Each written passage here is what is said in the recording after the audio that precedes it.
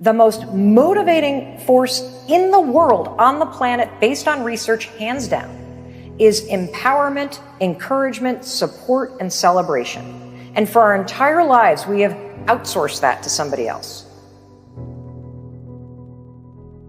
We all know we need to accept ourselves. We all know we need to love ourselves, but how? How do you do it, to your point, when you have a bunch of evidence stacked up that you've failed, or reasons that you see that make you feel like you've blown it or you're not worthy of it? I'll tell you how. You frickin' raise your hand and high five yourself anyway. Because beating yourself up will not make you do the work to get healthy. I have this habit of every single morning, I stand in front of the mirror and I take a moment and I raise my hand and I give my reflection a high five. And there is so much science behind this. So instead of seeing yourself, right, and having this moment in the mirror, you know what the average person does? First of all, we beat ourselves down. So I would look in the mirror for 40 some years and be like, oh my God, my freaking jowls look like saddlebags on a goddamn horse going in the Grand Canyon. My eyes have my neck is only striped, my one boob's hanging lower than the other. I look like shit, my gray hair. Like, I start bringing myself down. And when you start going down that road with your reflection, then your thoughts go to, I didn't get to that email. I forgot to text Lisa back. Oh my gosh, the dog still needs to be walked. I've got 9 minutes for my first Zoom call. You're now checking out.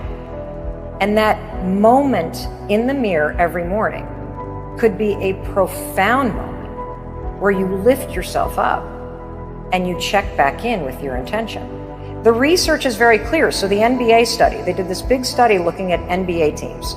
And they could predict in the study who was going to be in the championship rounds based on, in the preseason, what teams had the most high fives, fist bumps, and back pats. Why?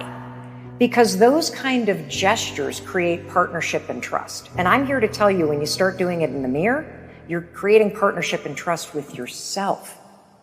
And so, you know, one of the things that I love about this is that in a moment when you feel alone, you can give yourself the boost, the support, the empowerment that you need to keep going. If you, for example, were to brush your teeth, I'm a right-hander, if you were to brush it with your other hand and think a new thought, the fact that your brain is focusing on brushing with your non-dominant hand activates more focus on the new thought. It accelerates the learning. So you take aerobics, a physical activity with a different thought, and let's talk about a high five, for example. What does a high five mean to you? That somebody did something awesome or I did something awesome. Correct. And if you think about the times in your life when you've gotten a high five, it's because somebody's like, Tom, you're amazing. Tom, get your attitude out of the can. You got this. Tom, you're going to make this shot. Tom, we can still win. I believe in you. Keep going.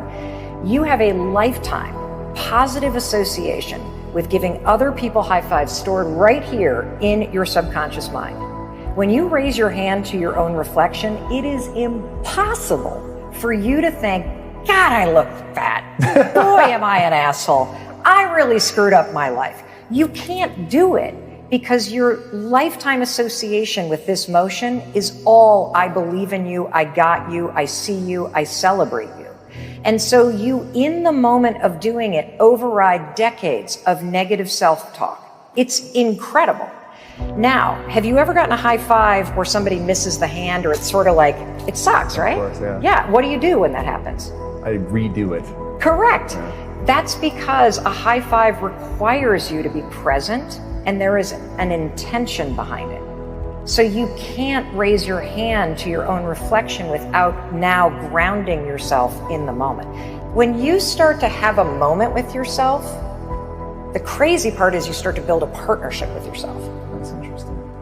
Like, you know, when you are pulling out of your driveway or you're walking down the street and you see a neighbor and they greet you, you will start to have that experience when you create this intentional moment with yourself in the mirror every morning. And so as I started to do this, I thought, this is actually making me feel like the wind is at my back when I leave the bathroom. It's making me feel just like when you leave a huddle in sports and you high five, or you're a runner running a race or doing some big endurance challenge and some spectator high fives you, or another racer's like, come on, you got this, as you're dragging down low. It gives you a little energy. So researchers wanted to know, what is the most empowering way to motivate kids through a really big challenge, okay? They divide the kids into 3 groups. This takes the marshmallow test to a whole nother level. You got one group of kids that are doing a challenging task and they're getting the fixed mindset praise, which we all know does not work. Oh, Tom, you're so smart. Oh, Tom, I love your glasses. That's going to help you. Oh, Tom, you got a great smile. Oh, Tom, you know, I just love so much about you. I know you can do this. So that's one group. The second group gets the growth mindset kind of praise. Tom, you are such a hard worker. Tom, your perseverance is unbelievable. Tom, you just keep going. That does better, obviously, than telling you that you're smart, because it makes you motivated to work hard. The third group, they just got a simple high five. The researchers didn't even say anything to the kids. They just walked up, gave them a high five. The group of kids that got a simple high five outperformed, outworked through all of the challenges, all of the other forms of praise. Why? Because a high five is something deeper than praise. It fulfills your most fundamental needs as a human being. When somebody high fives you, you feel seen, you feel heard, and you feel like somebody has acknowledged you for the unique person that you are. If you can't stand in front of the mirror and raise your hand and high five yourself just because you got your ass out of bed and you're breathing, you will never get what you want in life, ever. There is something in the resistance to it. And if you unpack the resistance, you will find the reason why you don't have what you want. You either think you're not worthy of it, or you think that it's kind of stupid, or you have been brought up to believe that for women in particular, you're going to be bitchy or selfish or not likable if you're celebrating yourself. There is something in the resistance to you simply cheering for yourself. Try celebrating yourself 5 days in a row. Literally, try starting your day by waking up and raising your hand and high-fiving yourself in the mirror just because you're breathing, and see what happens.